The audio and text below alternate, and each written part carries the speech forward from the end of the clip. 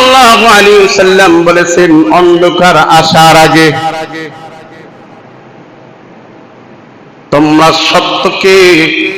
সত্যের সন্ধান করতে থাকো, সত্যের উপরে অটল থাকো, মজবুত থাকো। সুবহানাল্লাহ বলেন। ওয়াইসবিহু আর-রাজুলা মুমিনান ওয়া ইয়ামসি কাফিরান, তোমরা সকালবেলা মুমিন, সকালবেলা কি মুমিন, ওয়া ইয়ামসি মুমিনান, এবং সন্ধ্যাবেলা মুমিন থাকবে না, ওয়া ইয়াসবিহু কাফিরান, তোমরা সন্ধ্যাবেলা কাফের হয়ে যাবে।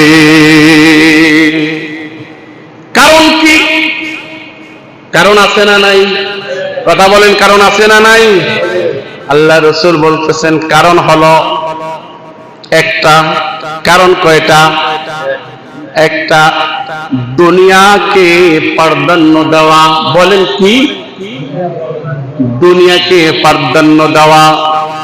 দুনিয়ার ক্ষমতার লোভে পড়ে আজ সত্যি রবকে ভুলে যায়। ওই মন্দিরে গিয়াও তাদের পূজা মণ্ডপে আমরা পাহারা দেই, আছে না নাই? কথা বলেন, আছে না নাই? কথা বলতে গেলে তো হুজুরে মাথা খারাপ হয়ে গেছে। অসুবিধা নাই, আমার কথা আমি জানাই দিতেছি। মানা না মানা আপনার ব্যাপার। মানলে ভালো, না মানলে আরো ভালো। কারণ আল্লাহ তাআলা বলতেছে ফারিকুম ফিল জান্নাহ ওয়া ফারিকুম ফিস সাঈর। একটা হলো জান্নাতের রাস্তা, আর একটা হলো জাহান্নামের রাস্তা। এখন আপনাকে আল্লাহ তাআলা খলাকাহু সুম্মা হাদা, বিবেক দিয়েছে, আকল দিয়েছে।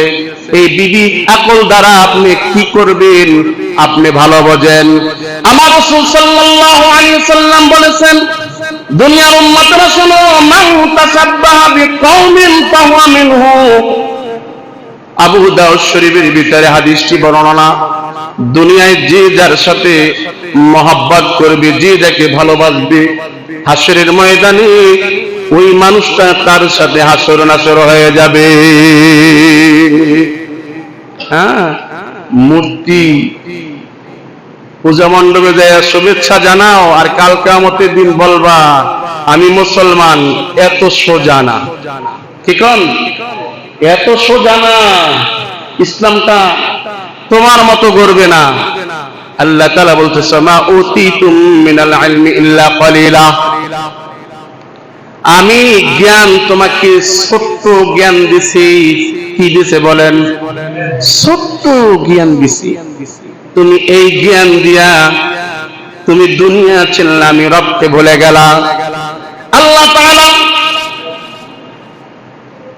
কুরআনুল কারীম সূরা মায়দা 51 নম্বরে আয়াত আল্লাহ জানাই দিয়েছে, ইয়া আইয়ুহাল্লাযীনা আমানু লা তাত্তাখিযুল ইয়াহুদা ওয়ান নাসারা আউলিয়া বা'দুহুম আউলিয়া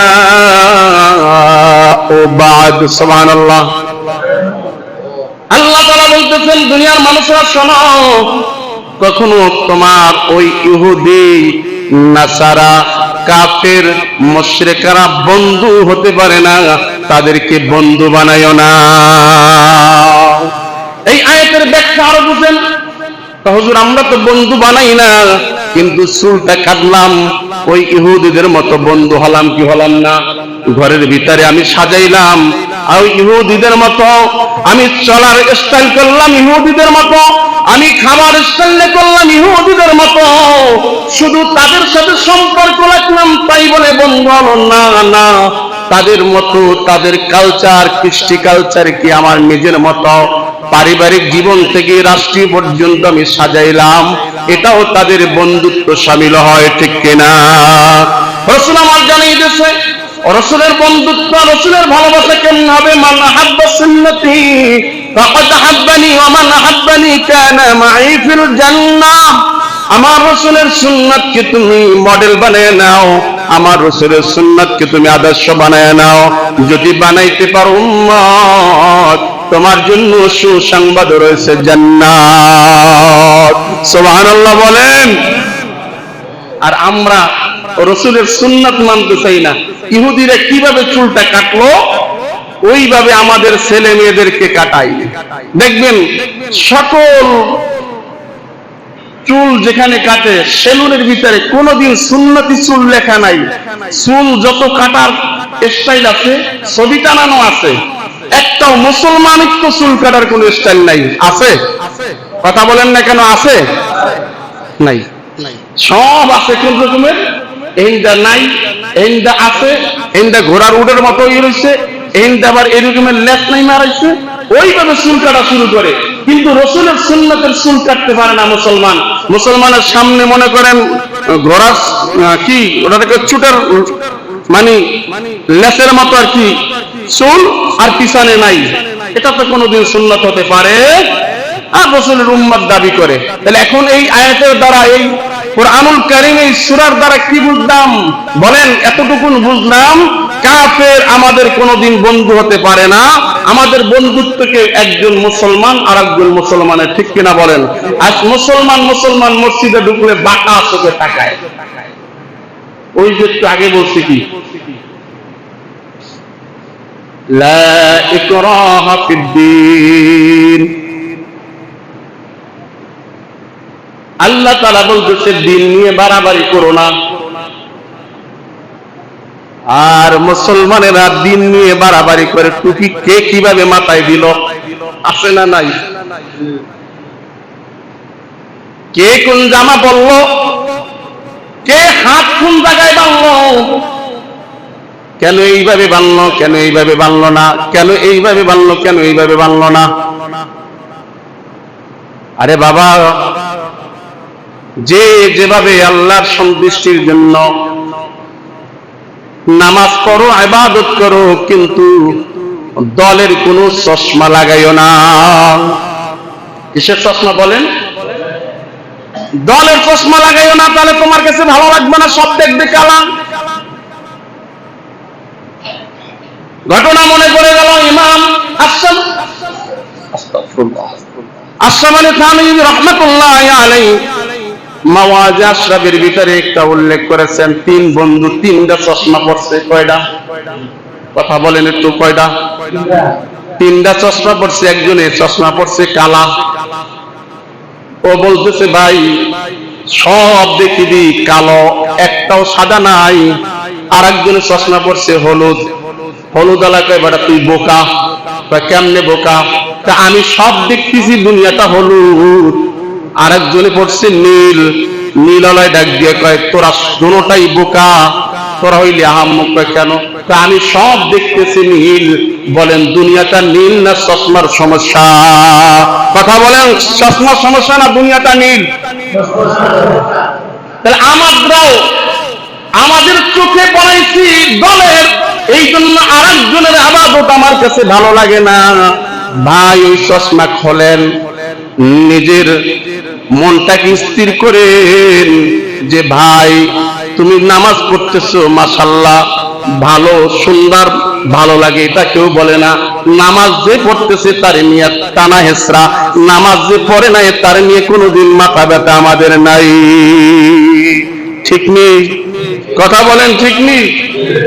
কি আর বলবো ভাই, আমরা বলি মুসলমান। এবার আসেন হিংসা। ওই কথা একটু এটা ঢুকাইলাম, এটা এখানে আসার কথা ছিল না, তারপর আসলাম কেন?